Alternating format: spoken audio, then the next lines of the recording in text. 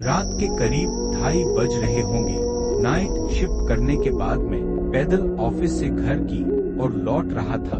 वाहन न होने के कारण बीते 1 साल से महानगर की सूनी बियाबान और लंबी सड़कें हमसाया बनकर मेरे साथ चलती रही हैं। बाप रे, इतनी लंबी लंबी और भूतिया सड़कें खत्म होने का नाम ही नहीं लेती। बस चलती रहती है, रुकने का नाम ही नहीं लेती। कहीं ऐसा घनघोर अंधेरा कि पैर कहाँ पड़ रहे हैं पता ही न चले, तो कहीं खंभों की लाइट से फूटते सफेद झिलमिलाते प्रकाश में नहाती सड़कों की खूबसूरती देखते ही बनती है। रोजाना का रूटीन होने के कारण अब इन सूनी और अंधेरी सड़कों से डर नहीं लगता। इन्हीं सूने और बियाबान रास्तों पर दिन भर इतना हैवी ट्रैफिक और चहल पहल रहती है कि एक कदम पैदल चलना भी दूभर हो जाए। मई की बेरहम गर्मी, माथे से चुहता पसीना और ऐसे में अचानक हल्की हल्की ठंडी चलने लगे। माथे के पसीने से टकराती ठंडी हवा कितनी शीतलता प्रदान करती है। ऐसे में कौन बेवकूफ होगा, गुनगुनाने को नहीं करेगा।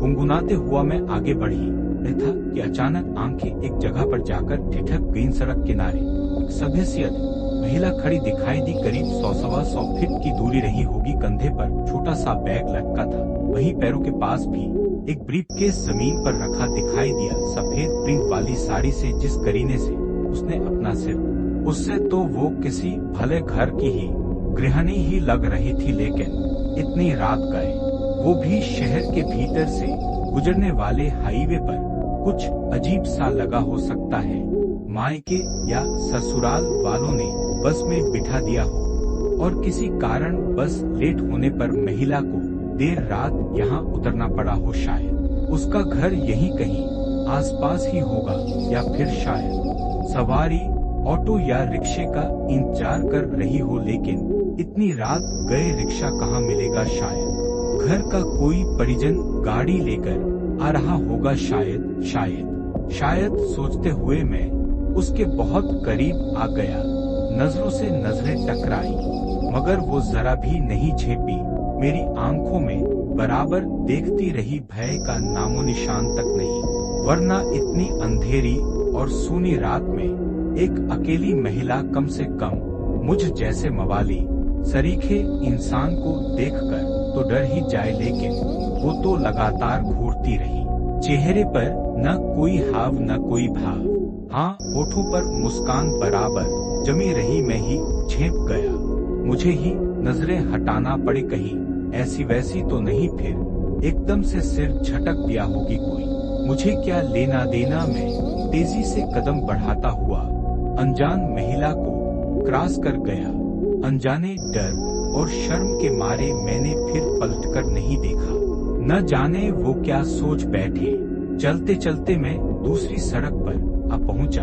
अब वो सड़क और महिला पूरी तरह से ओझल हो चुकी थी। कहीं कोई भूत तो नहीं थी।